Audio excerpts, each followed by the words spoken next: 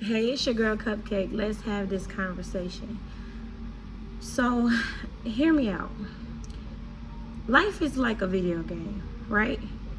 And I don't know any personally, but people who make video games, maybe one day somebody will watch this and understand what I'm saying. People who make video games, they come up with the rules. It's like when you create something, the creator of this universe, he came up with rules and regulations. And God, you may not, the problem with understanding the rules, when you're playing a game, nobody's playing a video game trying to understand why that creator made the rules. They just follow them. Because when they follow the rules, then they win the game. God has these set instructions from the very beginning that were in place because this is God's world. It's like a game to him. It's like a game, and it's like I put you here for a purpose, and in order for you to beat this game, in order for you to excel, in order for you to have these things that I promise you, you have to like follow the instructions. And most of us, we lack discipline, we lack obedience, therefore we don't follow instructions. It's like we try to skip things, and instead of starting in the beginning of the Bible, we go to the end of the Bible and we start telling people about revelations, but we never even told them what happened in the beginning. And so because we don't know these things, and don't get me wrong, we know certain things, but we're not understanding what God's word was saying. And so I'm going to talk about, look, our conversation today is going to be very vital because everybody is talking about marriage. And the truth of the matter is, until you understand what God was saying, until you understand the curses, until you understand from the very beginning the rules, the regulations, when you understand, you know. And because we are so uneducated, God says, for lack of knowledge, people perish. We are dying in this game because we aren't following the basic instructions. We're missing the messages because we're filtering them through our own feelings. We're filtering them through our own religious ideologies and what somebody said. And that was the fall of humanity. Let's talk about it. Let's read first and we'll get into it. So in the beginning, we're going way back to the beginning. Let's go to Genesis. And I'm going to read you Genesis chapter 3. The serpent was the shrewdest of all of the wild animals the Lord God made. One day, he asked the woman, did God really say to you, you must not eat the fruit from any of the trees in the garden? Of course, we may eat fruit from the trees in the garden, the woman replied. It's only the fruit from the tree in the middle of the garden that we are not allowed to eat. God said, you must not eat it or even touch it. If you do, you will die. Let me stop. So God tells us things that we do, if we do them, that we'll die, but we'll do them anyway, right? Okay, disobedience. You won't die, the serpent replied to the woman. God knows that your eyes will be opened as soon as you eat it, and you will be like God, knowing both good and evil. The woman was convinced. She was deceived. She saw that the tree was beautiful. We are blinded by illusions. And its fruit looked delicious. Everything that looked good ain't good for you. And she wanted the wisdom it would give her. The false promises the enemy gives you based on the real promises God gave you from the beginning. Follow me. Then she gave some to her husband. So she took some of the fruit and she ate it. Then she gave some to her husband who was with her, and he ate it too.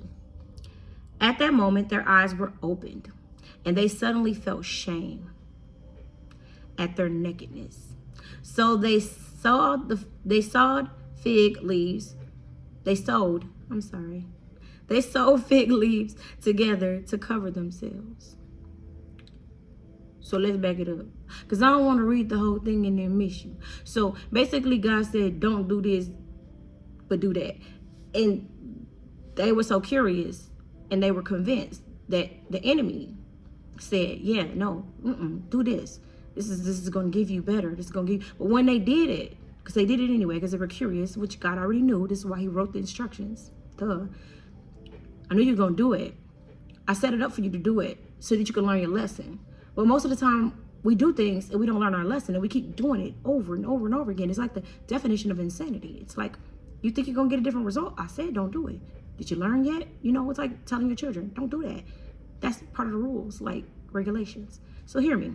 So once they did, it didn't necessarily say their, the thing about it is, it says their eyes, they felt shame of their nakedness. So now where you were happy and whole before, and you knew your nudity, what you had on didn't define you. Come on now. Now all of a sudden, you do what you're not supposed to do. You listen to somebody else. It got you off the path of what God wanted for you. And now you're in shame. Shame and guilt. You cannot live an abundant life living in shame. And God knew this. Hear me. So they felt shame from their nakedness. So they sewed the fig leaves and they covered themselves up. See, we cover ourselves up instead of actually exposing the things that we've done. So we want to hide. Hide and seek. That's the name of this game. You hide. Listen, God seeks. But you have to seek in order to find God. Hear me. Hear me. Okay? Let me continue. When the cool evening breezes were blowing, the man and his wife heard the Lord God walking about in the garden. So they hid from the Lord God among the trees. The Lord God called the man, "Where are you? Where are you?" He replied, "I heard you walking in the garden, so I hid. I was afraid." Fear. That's not from God. That's from the enemy. I was afraid because I was naked. Who told you that you were naked? Let me stop there. There are so many things in this life that we are listening to other people, and God is saying, who told you that? Who told you that you weren't good enough? Who told you? Who told you to get married? Who told you that was your husband? Who told you that was your wife? Who told you that that was good for you? Who told you that that fruit was good for you? Who told you that? Who told you that that job was going to suit your soul? Who told you that? Who told you that those friends were good for you? Who told you that? Nobody. And if they did, that was the enemy. You're listening to the enemy instead of listening to God. Listen. He replied, I'm sorry, hold on. Who told you you were naked? Then the Lord God asked, have you eaten from the tree whose fruit I commanded you not to eat?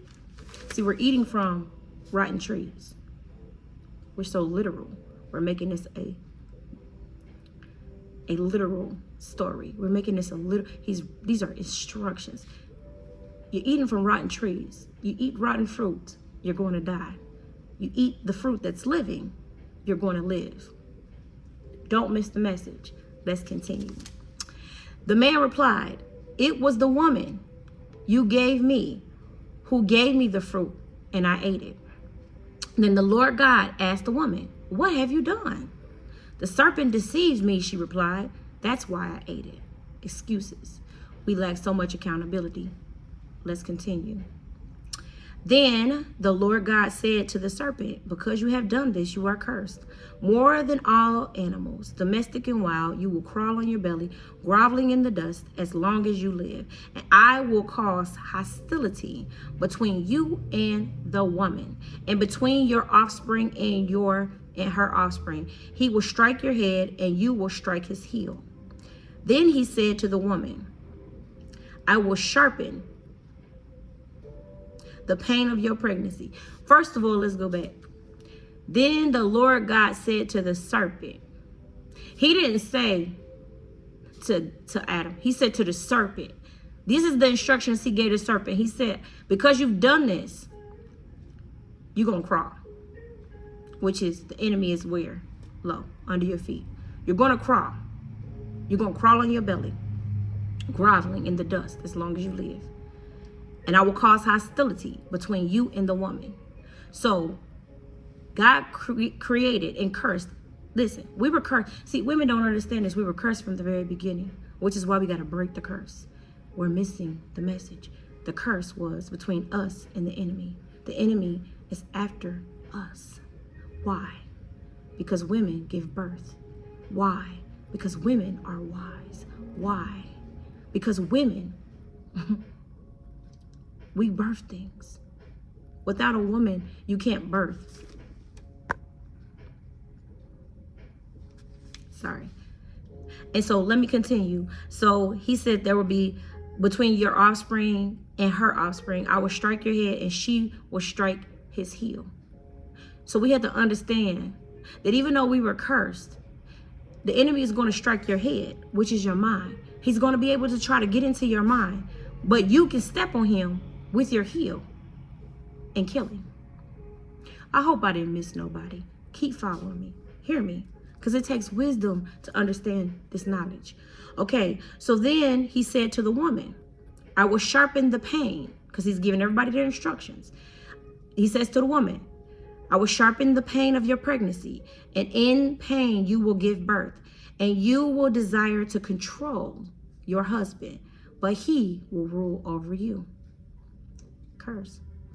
And to the man he said, since you listened to your wife and ate from the tree, whose fruit I commanded you not to eat, the ground is cursed because of you. All your life you will struggle to scratch a living from it. It will grow horns and thistles for you, though you will eat of its grains by the sweat of your brow. You will have food to eat until you return to the ground from which you were made, from dust, and dust you will return. Let's get into it. So, because of the disobedience from the very beginning, the serpent was cursed, the woman was cursed, and so was Adam. The problem with us is because we lack accountability and we like to point fingers. It's like women, we blame Adam. We say it was Adam's fault. And men, you blame Eve. You say it was Eve's fault. But nobody is blaming the real problem. It was both of them. And not only was it both of them, it was the enemy that came in to devise and set up a plan. See, the enemy was cursed because anytime you try to come between God, see, Adam and Eve were created for each other. And God said, when I put two people together, let no man come asunder. Let nothing can separate that relationship. So when you come in to a relationship that God puts together and you mess up what they have going on in any capacity, you're going to be cursed.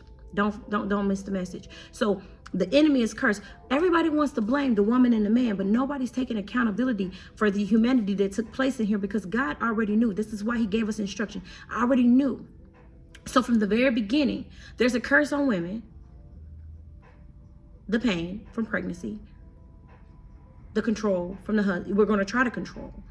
And then the man is going to control you. And then the men, see, men have this, okay, you don't understand, like, we're cursed. But in order to live the life that you were supposed to live from the very beginning, see, in the very beginning, when God created heavens and earth and he created Adam and Eve, he said, this is all yours. This is all yours. I gave it to you. It belongs to you. I made it for you. And I made it for you, and it's free. Hear me. But when the enemy came to destroy, when the enemy came to kill what God created, hear me. When the enemy came to kill and steal and destroy what God created, now, where you didn't have to work for it, and I was just giving it to you, because people don't appreciate what's given to them. People appreciate what's earned. Follow me. Because we never know what we have until it's gone, right? So I gave it to you for free, but it wasn't good enough, because what you had to do was go see the other side. You had to go see if the grass was greener. And then you realized that the grass was not greener. That actually now you had to cover up, and now you're in shame, and now you're in pain, but you didn't have to experience that, but you chose to. But because you chose to, now you're cursed. Now you got to work for it. So from the very beginning, we don't understand that we enter this world with curses, and they're generational curses, and all of our curses are not the same. But here is the story. Here's the rubric. Here are the instructions that let you know that we're cursed. So follow me. While people were telling you about marriage, and they're telling you about how you can't get a divorce, see, God put Adam and Eve together. Adam and Eve were meant to be because they were created for each other. What we're doing is we're getting in relationships with people who weren't created for us, because we didn't ever ask God. We didn't listen to God.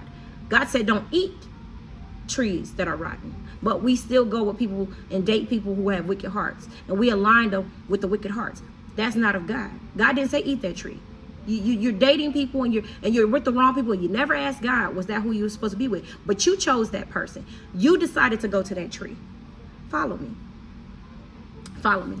And so what is happening is, from the very beginning, men hate women and women don't respect men. It's a curse. And until you break that curse that was placed on you before you even got here, the respect factor, until a woman breaks the curse of not respecting a man and understanding why and getting down to the root of the problem in her own life, in her own situation, in her own experiences. Do you follow me? Men, a woman is the first woman, a mother is the first woman to hurt men, right? A woman is the first person to break a man's heart. In most conditions, I was the first person, I was the first woman to break my oldest son's heart. When a woman has broken your heart,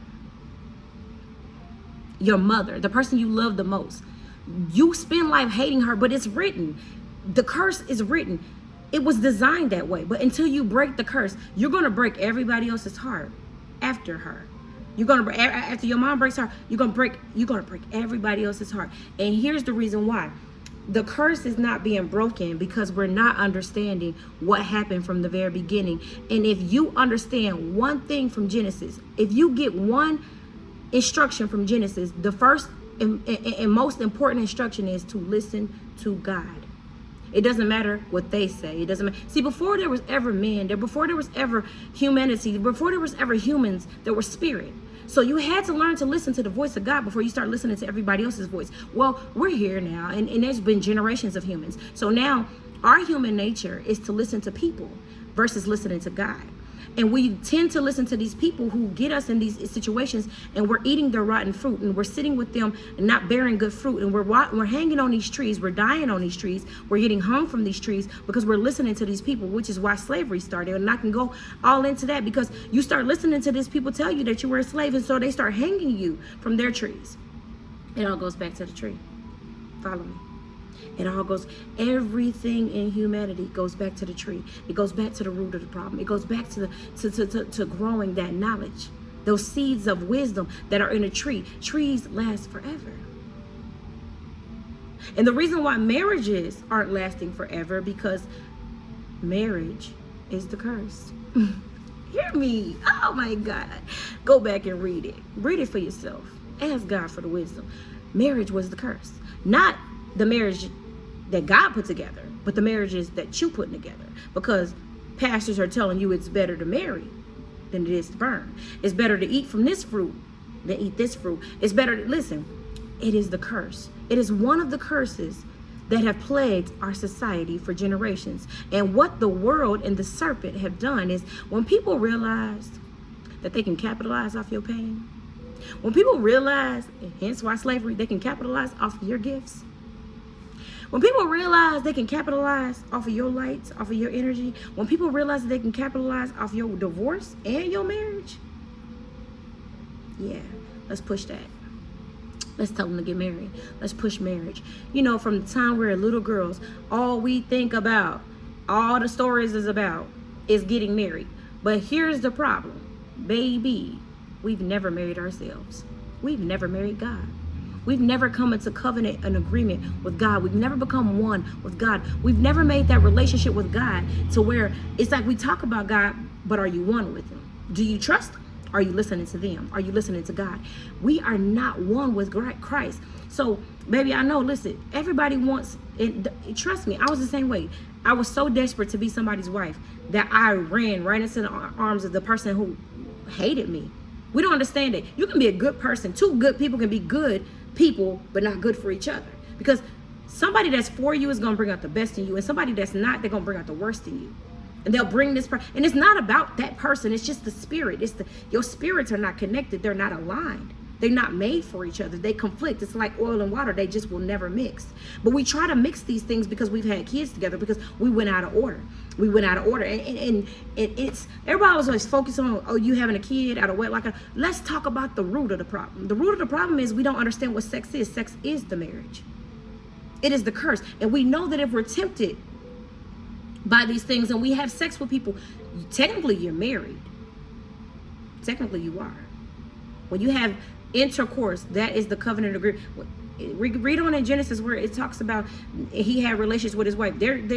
God never said Adam and Eve had a ceremony. God never said they had a piece of paper that is the world's way of contracts and agreements, and it's also a way of capitalizing you. Baby, listen, original marriage was when God put two people together. God is not always in a marriage because God didn't put you together. Just because you found, you saw Steve and Steve looked good and Steve started doing doing nice things and taking you out and he was nice to you.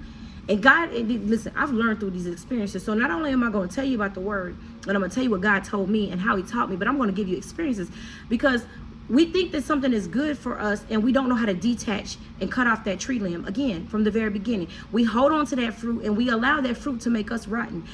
It kills the whole tree. It kills the whole barrel, because we're not willing to break that curse and that cycle of, let me go to God first. Let me ask God first. So marriages become the curse because, and then people say, oh, God hates divorce. He does. Only when it's, see, the reason why he hates divorce is because two people he put together, he's not going to let nothing come between them. Adam and Eve rocked forever. Yes, they made mistakes. They learned their lessons, and God gave them everything that they lost before. It's called restoration. Meanwhile, everybody else is focusing on everyone else's sin, and we're not understanding that if you go within, if you understand what God was trying to teach you from the very beginning is trust me, don't trust man. It's right there in the Bible. But then we get up and we preach these sermons, trust no man, but then your pastor becomes your God because you call him every day and you ask him what you should do. I just had a young lady inbox me. What should I do? Because my pastor is saying this, and my pastor is telling me, did you ask God? What did God say? We're getting married because we're listening to other people, or this is, you already have kids. You better listen. I'm gonna tell y'all something. I had a child at 19.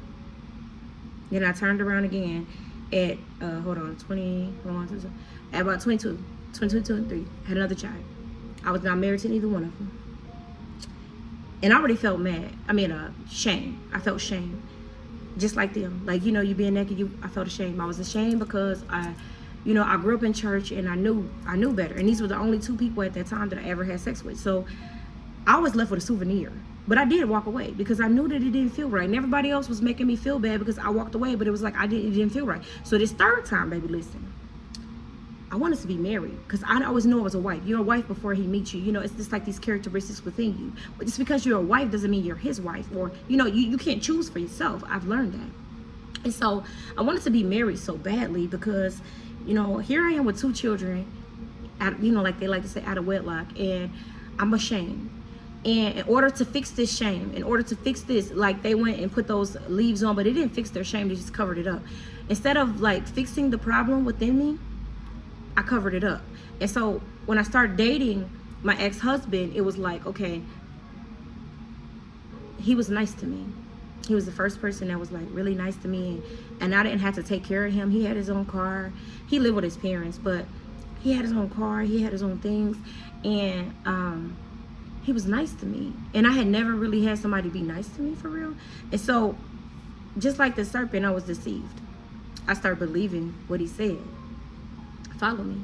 I started believing what he said, and he loved my kids and he loved them as his own. And so I'm like, yay, he accepts me for me and he loves my kids.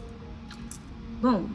A year or two, almost 3 years later, I get pregnant.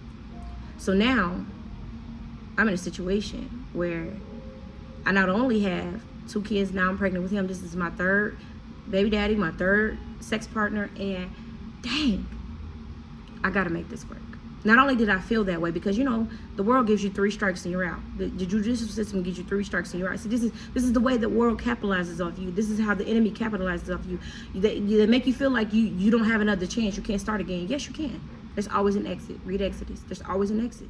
This is why the Bible is important, because it lets you know there's always an exit. There's always, you can go all the way back to the beginning and you can start again. But most of us feel like life is over. I gotta stay here. I gotta stay in this relationship. I gotta make it work. Not to mention, the person I love the most, the person I look up to the most, my father. I went to my father, and I can't remember exactly what I said, but I remember him telling me, and I really lived, and anybody that knows me, I really lived and breathed for my dad's approval of me. My sister and I both did.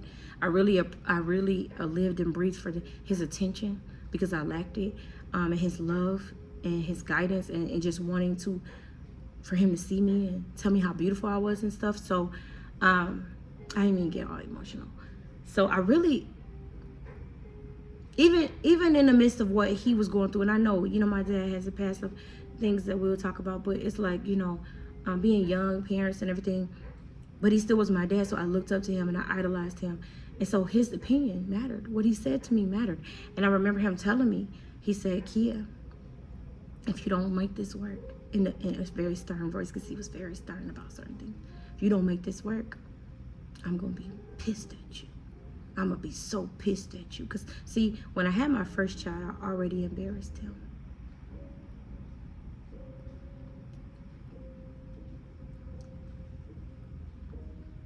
Parents don't understand. We all do things, but a child is not a mistake. So if God gives you a child, he gave you a child for a reason. And so I had already disappointed my father. And anytime there's this, there's lack. And I did it again. And I wasn't going to do it again. And God said, and my dad said, if you your kids already liking, if you don't make this work, I'm going to be so pissed at you. So every time I thought about walking out that door, every time I wanted to leave that relationship, every time I was put out, every time he said harsh things to me, and I knew in my heart and my soul he didn't really love me, and I didn't feel seen, I didn't feel heard, I felt like he didn't see me, I felt so ignored. Because at first it was cool, it was all good, it was all good. We was dating and he loved my kids, and then we had a kid, and we moved together, and it just switched because we weren't right for each other.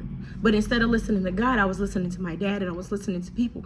And no offense to them, this is just my story. I'm going to tell it.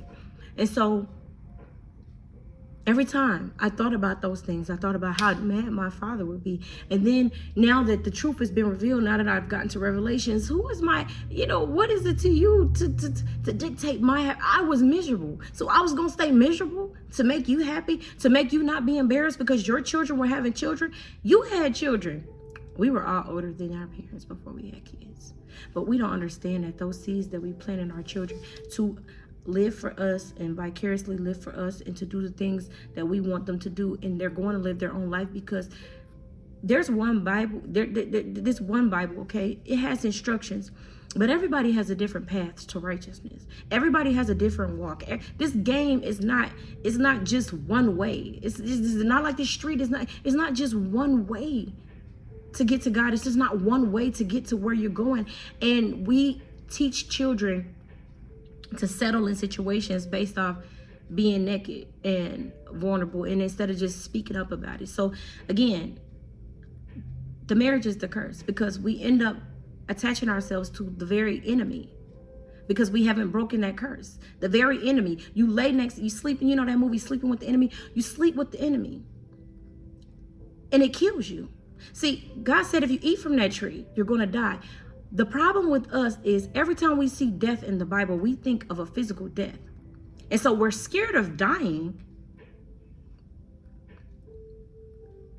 a physical death, but we're not scared of dying a spiritual death because we don't see the difference. We don't understand spiritualness. We don't understand spirituality. We don't understand that we die every day.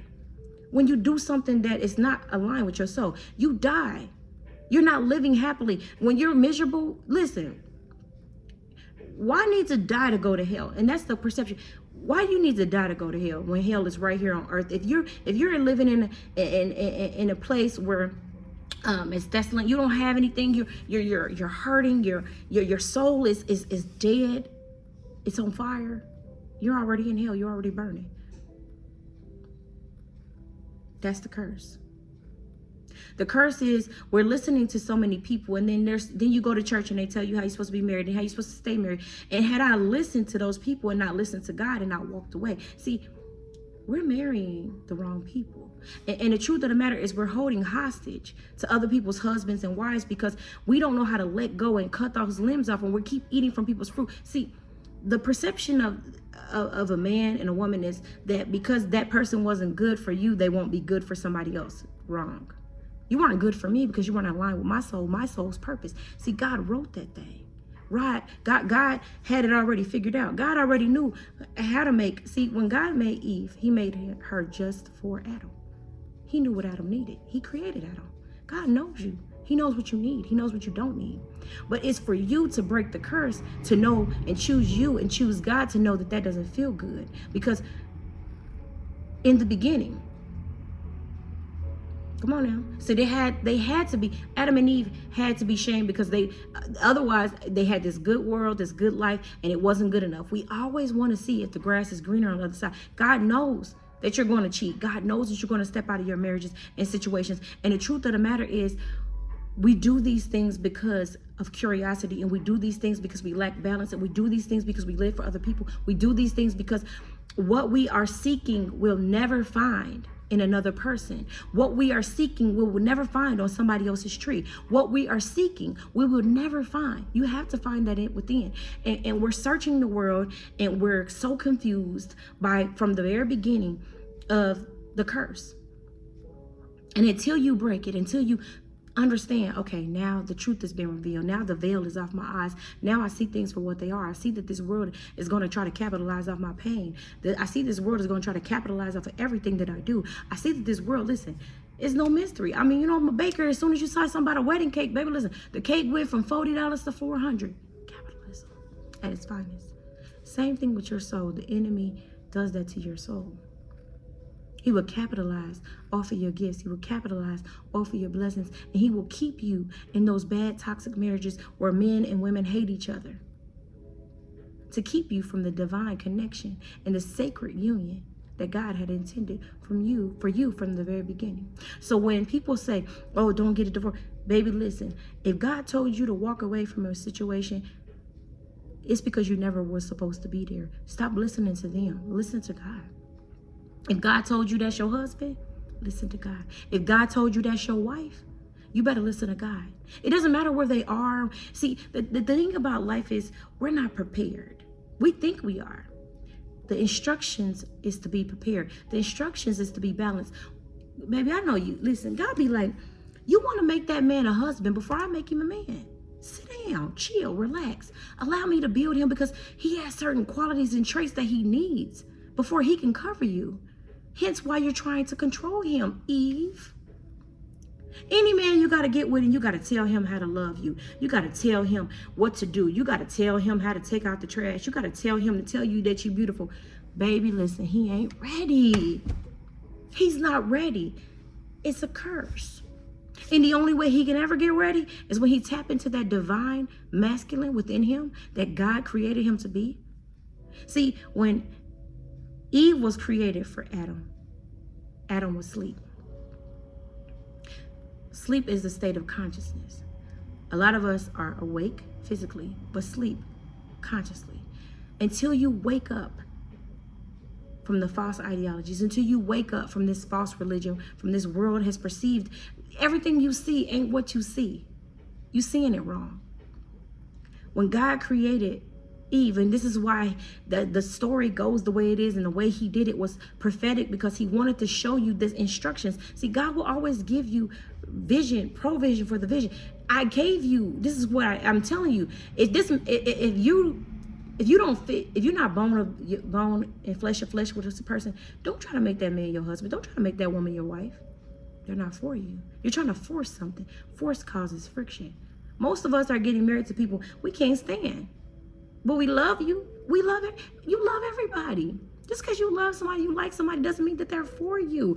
Baby, take your life experiences. And see, this is the problem with people. We don't let people experience things without judgment. And so because we're judging their experience, they're not learning from it because they're too ashamed. And God is saying, get out of them shame. Take off them clothes. Don't let nobody shame you. Baby, listen, your experience was on purpose. Stop letting people tell you that what you went through wasn't, that you being on drugs was bad. It was for a purpose, so that I can get the glory from your life. Stop allowing people tell you because you was a teenage mother, you ain't gonna never be nothing. That was for a purpose. Jesus gave birth. Mary gave birth to Jesus. She was a teenager. Purpose. Why do you think he chose Mary? She was a kid. Ask yourself that. We got to understand that God has purpose. God teaches with purpose and intention. Everything is intentional. So when God is telling you these stories in the Bible, when you're reading these stories in the Bible, and everybody was writing it down and telling you what God said, listen, you got to learn to listen to God too. Because if they didn't listen to God, there would be no Bible. Hello. Meanwhile, we take this Bible and we throw it at people and we weaponize it, and people are dying because they're in the wrong marriages and they're in the wrong homes and they're in the wrong beds with the wrong people, and they're dying. They're dying. Spiritual deaths each and every day. And then it causes the generation of our children to repeat that same cycle of being cursed. When you break the curse in your family and you marry the person that loves you, no, first of all, let's go back. When you marry the person that God chooses for you, that loves God, that loves you, that covers you, that covers your children, that covers your family. See, coverage has become insurance it costs. That ain't the kind of coverage God's talking about. Yeah, it may cost your soul and it may cost your time, but everything, see, we have made security and safety, and I'm so guilty, because it's like, for the first time in my life, I had help. For the first time in my life, and I loved him. I still love him because I love everybody. I might not like your ways, but for the first time in my life, I had help. For the first time in my life, I had somebody that can financially, but it cost me so much. It cost me my soul. Because it was dying, it was burning, it was on fire, because it didn't feel right, and it didn't make me feel good, and I was ignored, and I was abandoned, and I was mistreated, and I wasn't loved properly, and I'm a flower, and I'm delicate, and I was deprived of water, I was deprived of air, so I couldn't breathe, I couldn't grow in an environment that was not made for me. So we have to stop listening to what people say and understand what God said. God said from the very beginning there was a curse. When you break that curse, when you learn to choose you, when you learn to choose God, God has somebody just for you. But the problem is we rush. We rush into marriages. We rush into situations. We don't even know that person. Guilty. You have sex with people you don't even know. You give them your whole entire soul. Baby, listen. You give them your whole entire soul, and you don't even know them. You don't know the spirit was in them. You don't know the demons they fight, and you don't know the ancestral trauma. You don't know the curses. All you know is he looked good. He made you feel good. It's temporary. We are choosing temporary pleasures and temporary fulfillment for lifetime, and we're exchanging those things. And while we're cursed and we're stuck in this bondage, it's because you took a temporary situation and you turned it permanent. And then you came into covenant agreement and you signed your soul over to the wrong person. And you're in this marriage and you're miserable because people have told you can't get out of a marriage. You can always get out of a marriage that wasn't from God. But a marriage that's from God, it's going to last forever. It's going to last forever and ever. That's why God hates divorce, because you can't divorce what God put together. Hence why, from the very beginning, we have to understand, and I've been taught these lessons, and no, I'm not married again yet, but listen, nobody should come between you, God, and your spouse. The enemy came in and caused division. You keep talking to your mama, you keep talking to your daddy, you keep talking to the pastor, you keep talking to everybody but that spouse and God. See, God made Adam and Eve, and he made Eve out of the rib. You can't live without a rib, baby. Listen, it's essential, it's vital. So if you're with a person and y'all don't balance each other out, y'all not the yin to the yang, y'all like air and water, like y'all, you gotta breathe, you need air and water to breathe. Y'all can't, you can live without them, baby, that ain't for you. And I don't mean in an obsessive way, I mean in a balanced way. God gave Adam and Eve each other to balance each other out, so that they can be fruitful and they can multiply over this earth that God gave them. But we're not being fruitful and multiplying over this earth that God gave them because we're choosing people because they make us feel good temporarily. And then when we do find the person that God made for us, we want to go test the waters. Men want to go searching the world trying to find somebody better. Find somebody that can do it better. Oh yeah, she can do it better. She could, you're going to find all these people, oh, they can do it better. But that grass is never greener on the other side. And that's it's all God was trying to tell you in Genesis. You can think that grass is greener. You can think that life is going to be sweeter without me. But you can't live this life without me. I am the controller. Let me do my job. You can go get married. You can go get a marriage certificate. You can go marry that person. But listen, you marry them. Listen, you ain't gonna be happy without me. Go ahead. I remember right before I got married. First of all, I got down the aisle with a broken leg. My leg was broken that whole year. If that wasn't sign enough, like for facts. I wanted to. I had to do this because I had to prove to my family, I had to prove to myself I was marriage material, that I could be married, that I wasn't just, a baby mama, because that's what people start doing. And not even that, him. It's like, oh, you should be glad I chose you. You got 2 kids. Baby, listen, I'm the prize. Always have been, always will be. Your favor was attached to me. And when I walked away, my favor walked with you. Walk with me. See, the Bible tells us things. And see, we don't know our power. Woman, that's why you're cursed from the very beginning. We're trying to control a man instead of controlling ourselves. We're trying to dictate and trying to navigate him to marry us. And we're trying to get him to marry us. See my worth, see my worth, see my value. No, God is saying, see your own value, sis. See that he can't live. Listen, a man that God made for you can't live without you. So there is no competition. There is no other woman. There is no options. Stop seeing yourself as an option. If you are an option in somebody else's life, whether it's to their job, to their career, to other people, girl, get out. Boy, get out. Because the truth of the matter is, from the very beginning, we're missing the point. We're missing the message. We're too focused on what everybody else is telling us what we should be and how we should do it. We're too desperate. Desperation breeds disobedience. And when you're disobeying God, again, what happened in the beginning? Disobey God and everything got taken from you. Now you got to work for it. Now the men got to work so hard. Now they got to be gone so long. Once you crack the code and you break the curse, now you can be with your family, because your family needs men just as much as they need the woman. It's not a mother's job to do everything. It's not a mother's job, a woman's job to do everything. But she tries to control you. She tries to manipulate you. She starts nagging. She sounds like your mama. And you be like, I hate you because you sound like my mama. You trying to tell me what to do. You trying to tell me what I'm not. You trying to girl, watch your mouth talking to a man. If he ain't for you, let him go. If you got to talk nasty to him, let him go. He ain't for you, because he should bring out the best in you. But at the same time, if your words aren't building that man, you're tearing that man down. Go. Sis, leave him alone. And it ain't him, it's you. A man, if you got to tear down a woman because you have to deal with that emotion, you have to deal with that hurt that your mother gave you, you have to deal with that curse that you have been plagued, that you hate women and you don't understand why you hate women, but you got to understand where the root of the problem is. It derives from a problem. See, God loves marriage. He loves kingdom. He loves family. But families are broken. I know. I have 4 kids. 4. God still used me. I'm still sacred. I'm still worthy. I'm still holy. I'm still righteous. That's all God was trying to say. Yeah, you ate the wrong fruit. Okay, now you learn your lesson.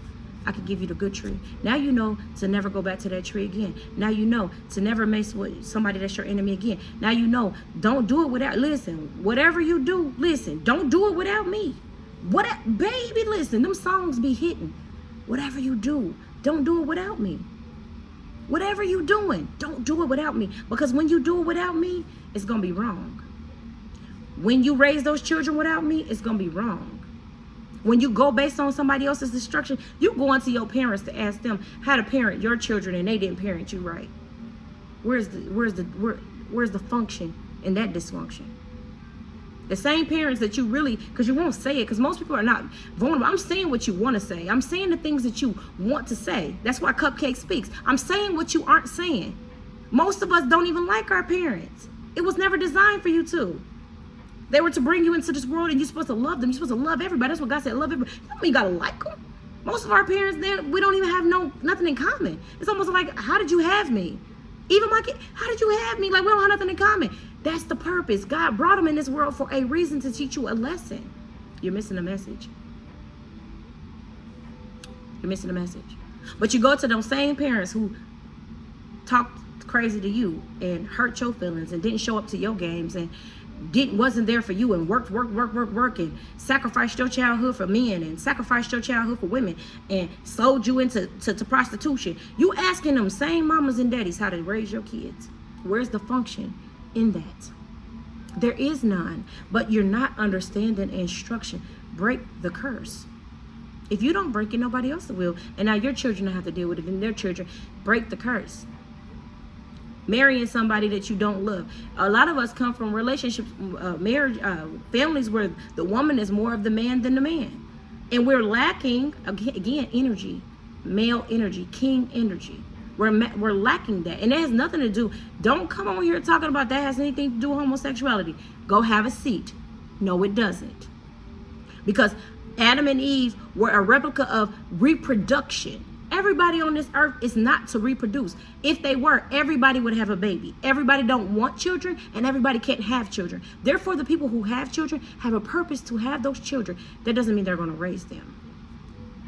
Have the knowledge and the wisdom to know the difference. So don't come on here talking about that, because you're going to get shut down, because I speak truth. Whether you believe it or not, that's not my problem. It's not my purpose. It's not my assignment. My assignment is to deliver. My assignment is to give you what God has given me. My assignment is to teach you. I was like, what is that? It was a TV, sorry. My assignment is to teach you. My assignment is to give you the lessons that God has given me so that you can see, because everybody can't hear God's voice. God knows that there's gifts, but don't kill the messenger. Don't kill the message. Don't not get the message because you don't want to hear it from the messenger. God uses who he wants to. It is what it is.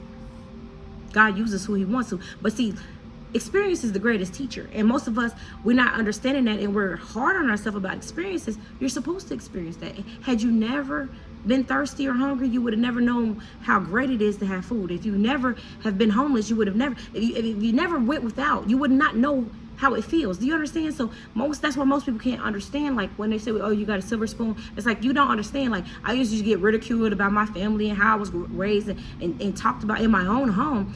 You ain't never been through these things. You don't know. But God had me go through those experiences. And that's why you can't sit around and be like, oh my God, this happened to me. No, it happened for you.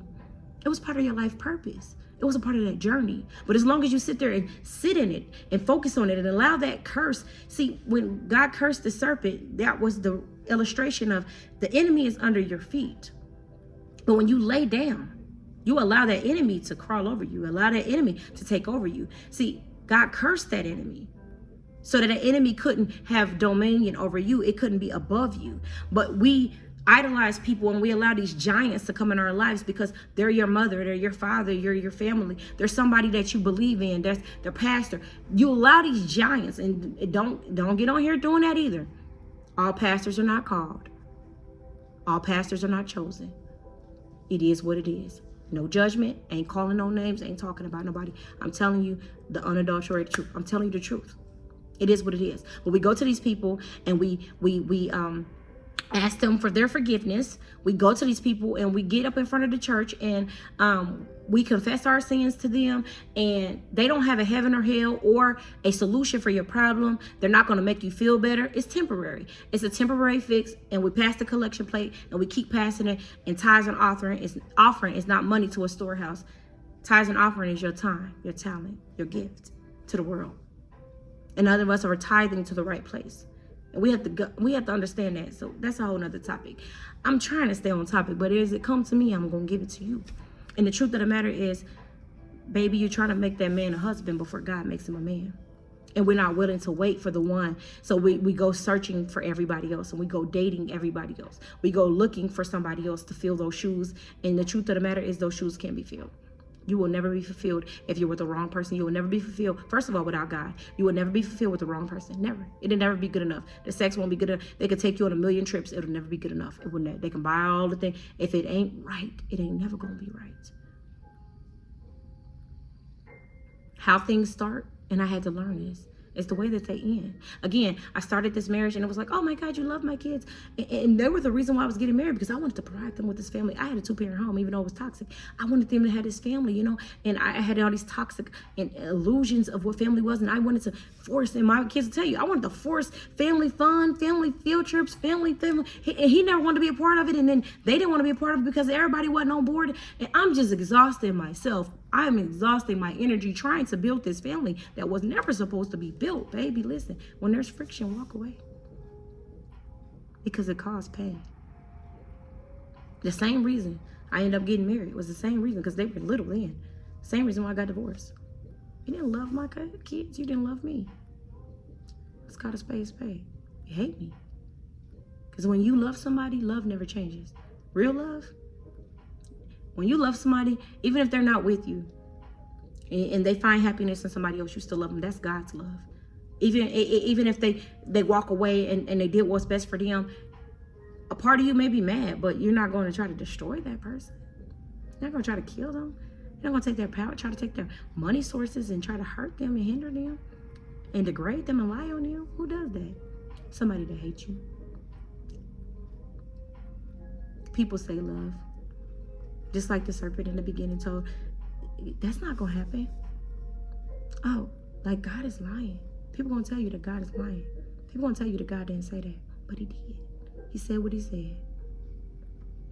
People going to try to deceive you from the very beginning. And this can be about marriage, but this is also about listening to God.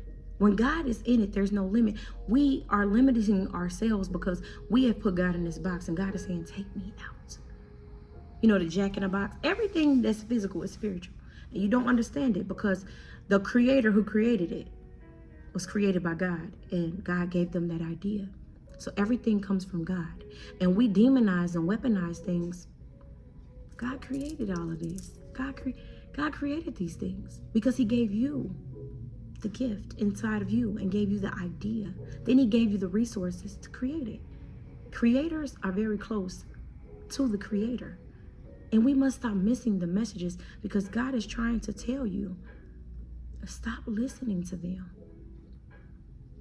They can't save you. No such thing.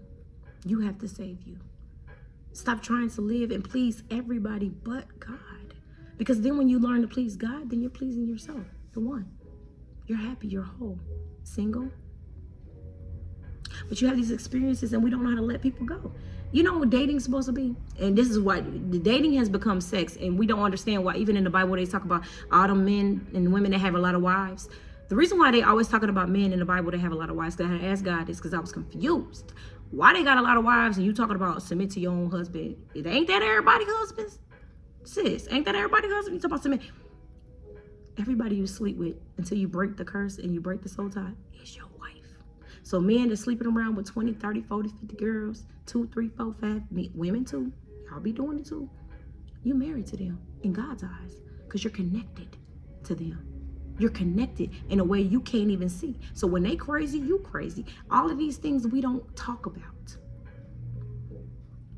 Nothing wrong. It's not so bad. You just need to watch who you're connected to. We've turned dating into sex. And dating is not sex. Dating is supposed to be, I went on a date with you. I liked it. Okay, we could talk again. That's like the prerequisite. We don't give people, like, we have like, what am I trying to say? I don't know, like when you go, like requirements. There we go. We have requirements for a job. We have requirements for everything that we do. Everything has a requirement. It has a prerequisite. There's no requirement to date you. There's no requirement to get a second date. It's like, okay, it's just, oh, he was nice. I was that girl. He was nice to me. Ain't nobody ever been nice to me. So it's like, you know, what you seek what you never had until you realize that not having it from the wrong people or people in general, it was never what you was looking for in the first place. And so we don't have these requirements and we don't make people accountable for anything, right? And so just like we don't want to take accountability for what we do and what we say. And the thing about it is like, there's no requirement. And you date these people, if you like them, okay, then maybe they'll make it to the next day. If you don't, drop them. Why you holding on? See our biggest thing is we want to change somebody. Oh, I'm gonna see where this goes.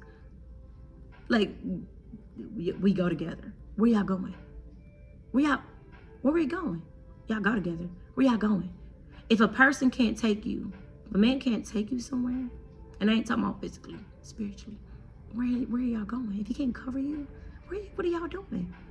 And you know that from the very beginning, but we don't trust ourselves because we lacked our trust. Because when we were kids, we start telling stuff, we start telling you things, and then our parents shut us up, shut us down, and told us how to be because we were listening to them and not God within. We've always known the way. We just don't trust ourselves. You know when somebody right for you. I knew that I wasn't supposed to get married. I did it anyway. And it cost me. And I had to pay the cost. And I take accountability because I knew what didn't feel right for me. I knew. I was willing to suffer because of the things we had already established in the home and everything else. I was just going to deal with it. I was just going to deal with it until it almost killed my kids. I was going to deal with it because that's what I felt like I deserved. Until I understood that God loved me, until I knew what love was, and I had to undo all those toxic things that I was taught. Baby, listen.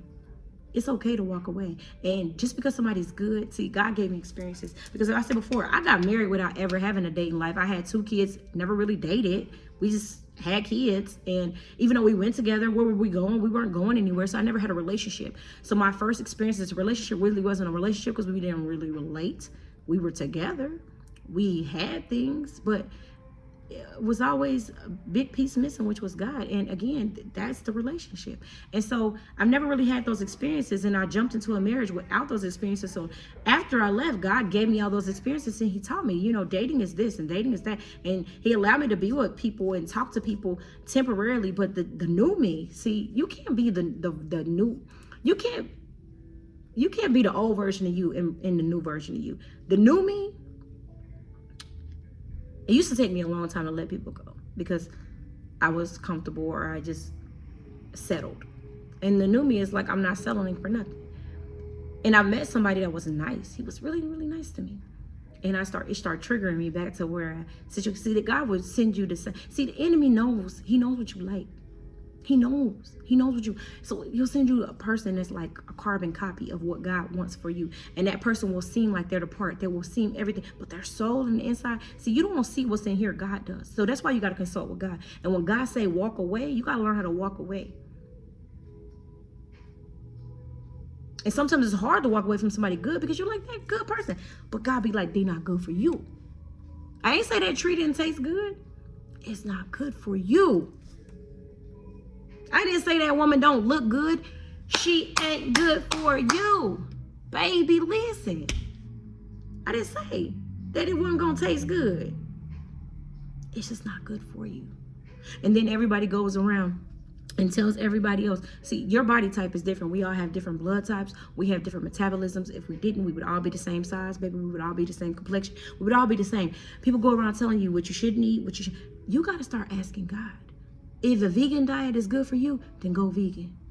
Because God's going to tell you. Because your body type is specified by who you are and what's inside of you. The DNA makeup you and your soul type. Come on now. We keep asking people. If it's good for you to eat meat and not the other stuff. If you, whatever is good for you. But we are so in a society where we want to tell everybody else what's good for them. And here's the kicker. Because I'm guilty. Especially with my sister, because you know I'm the mama. I've always been a mom. I'm going to tell you what to do. But I wasn't practicing what I was preaching. I was preaching to her to have this life and to let people love you and respect yourself. But meanwhile, I wasn't respecting myself, being in a relationship. And that's why she jumped. She wasn't supposed to be my maid of honor, and she dropped that. She dropped that with a heartbeat. But she told me something very profound. She said, ain't nobody in your wedding really care for you, including your husband. They didn't care for you. Where's the lie? They didn't care for you. Always been a circuit breaker. And so sometimes the person that we deem crazy and the one that's radical and the one that talks a lot and the one that goes the other direction, we want to deem them crazy, but they the realest on your team. They the realest. They the trillest. Yeah, she came to the reception drunk, but baby, I was too. And I had not one sip of liquor. Drunk, unsober, blind. But now I see. Listen, when I say I was blind, but now I see, baby, listen. Don't be blinded by the illusion of getting married. Because you can get married and still not be married. Because God doesn't honor our marriages. Don't argue with me. Take it up with God. God honors the marriages he puts together. And just like families are built, marriage is built. It's not built overnight. It's not something that you can just jump into. It's not a piece of paper. It's not. It's bigger than that. Marriage is purpose. And if you two don't have a purpose together, y'all don't have a purpose for being together. You're just having sex. You're just wasting your time, wasting your energy. Let that woman go. Let that man go. You are holding. The reason why people aren't married is because most people who would love each other aren't together. You're holding that man's wife hostage. You're holding. And most men know this. They hold on to women because they know you can find better. They know. Baby, listen. Trust me when I say that man is telling you that you ain't shit. Know that you the shit. Trust me when I tell you that. I don't care. Trust me when I tell you that. He knows. And it ain't got nothing to do with what you look like. It's what's on the inside of you. He know your potential. He know you bring out the best in him. Baby, ain't no sunshine when you gone. And that's facts, no fiction. You have to understand that everybody is not for you. You have to understand when you ask God, God will answer. God said, ask and it shall be given to you. Press down, shake it together, roll it over. He didn't say you had to wait for the answer. You might have to wait for the actual present to arrive. You know, you order something today, it's not coming today. I mean, I know they rush shipping and all that. Sometimes your package take a while to get here, but God will answer you. He will show up in mighty ways. He'll tell you that person's not for you. Your body will tell you if you listen to it. You're with the wrong person, your body is telling you. Your angels is guiding you. You gotta open up your eyes and stop being blind. And stop telling everybody else what to do and do it yourself. Because most of the time when we preaching to people, baby, listen, you're preaching to yourself. The first person you talk to, the first person that hears the words that come out of your mouth is you. Be sure that you're speaking to you. Be sure that you're coming from a place that's pure. Be sure that you're coming from a place that has good intentions. Be sure that you're practicing what you preach. Don't tell somebody something you ain't doing or that you don't believe. It ain't nothing wrong with loving people. I love everybody. But being in love and being with the person that God made for you, baby, listen, priceless. I'm gonna wait. Baby, you should too. Thank you for joining this conversation. Be blessed.